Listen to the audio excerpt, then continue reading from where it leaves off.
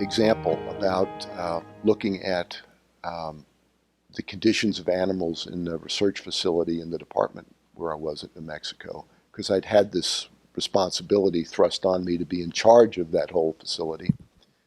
And so one of the student assistant caretakers came to my office one day and said, I want you to see this.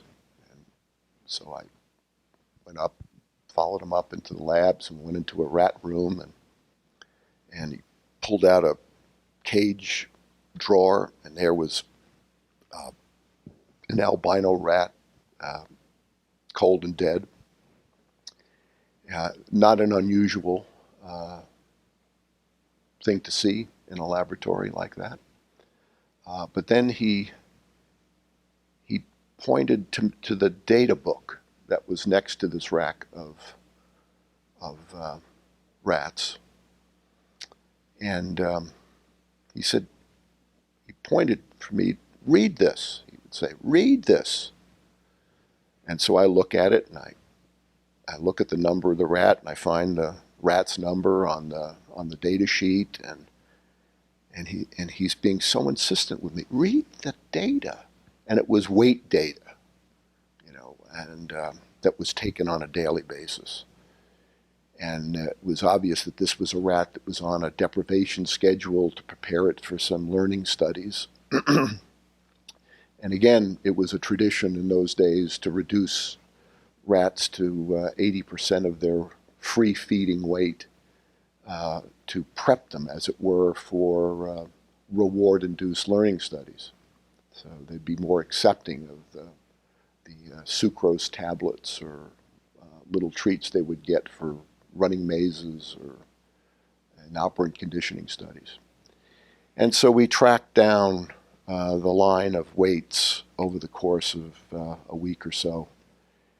And the rate at which this person had reduced this animal's weight was incredible, to the point where here's a rat losing 20% of its total body weight in basically just a few days. And I was probably 6 or 7 days. And it was at such a rate that the animal died. And this student, this untutored student, was enraged about it. And I got enraged too. I never would have seen it had not this person pointed it out to me. And it impacted me on the notion of these traditional ways that we did things in laboratories and learning studies.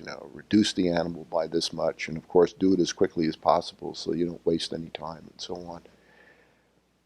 I'm sure it wasn't done with let's make this rat suffer and make it feel like it's starving. I'm sure that wasn't anybody's intention in this, but how somebody might think you could produce anything but that in the using this particular procedure is beyond me. But then, of course, we didn't talk much about what rats felt. In fact, we studiously avoided it. We trained to describe animals from the outside. We were, in a sense, not permitted to use words like the rat is hungry, thirsty, frightened.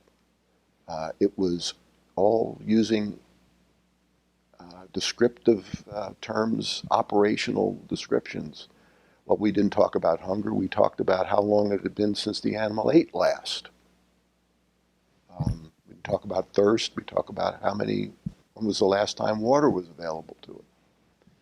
So this was, the classic Watsonian, Skinnerian behavioristic tradition of let's not get inside the organism. And I suppose there were some good reasons to do that, but it separated you, fed your indifference to what the phenomenological experience of that animal might be.